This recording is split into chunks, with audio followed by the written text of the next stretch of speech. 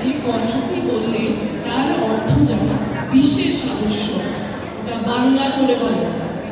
বাংলাটা ঠিক জানি না, তবে মনে হচ্ছে এই গান জিনিসটা শুনতে বড় ভালো লাগে। সকলের গান ভালো লাগে না। গান যার ভালো না লাগে সে হচ্ছে শ্রীযুক্ত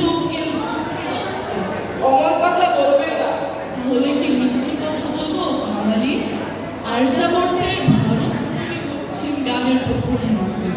যদি কোনো মহত্তর থাকে তাহলে বলো, নইলে বক্তৃতা বন্ধ কর। অনেক কথা বলবার ছিল, কিন্তু অনেক কথা বলবার তো সময় নেই। তবে সংক্ষেপে বলি, এই মহানগরীতে গণাঙ্গাতি বিধানী নামে এক সভা স্থাপন করা গেছে। তাতে মহাশয়কে বক্তৃতা দিতে হবে? আগে না, সভাপতি হতে হবে? আগে না।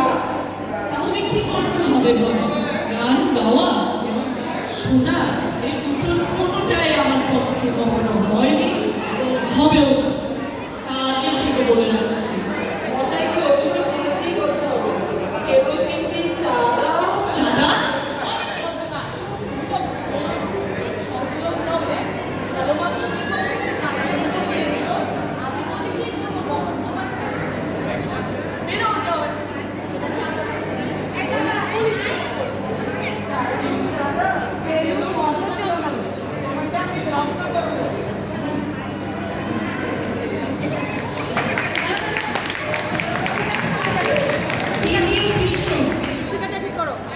দেবদূত একটু এক সাইড কর্নার হয়ে বসো, তোমাকে দেখা যাচ্ছে না, তুমি একটু এক সাইড হয়ে বসো।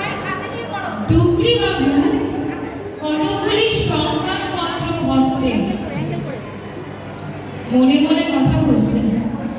এ তো বড় মজাই হলো। কাঙালি চরণ মল্লিকের একজন লোক ইংরেজি বাংলার সমস্ত খবরের কাগজে লিখে পাঠিয়েছে যে আমি তাদের গানোন্নতির বিধায়িনী সভায় 5,000 টাকা দান করেছি। দান চুলোয় যা গলা ধাক্কা দিতে পাঠিয়ে গেছি।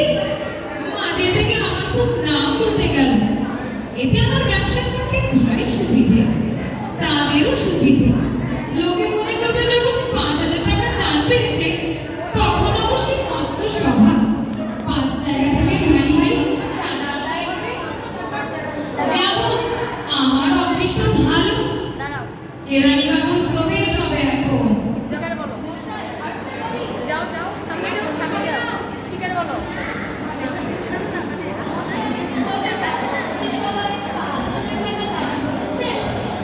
ও কথা শোনো কেন? কে বললে দিয়েছি? আর তবে কোনো যদি দিয়ে থাকি তা হয়েছে কি? আসতে পারি মশাই বলে ঢুকো, আসতে পারি মশাই বলে ঢুকো।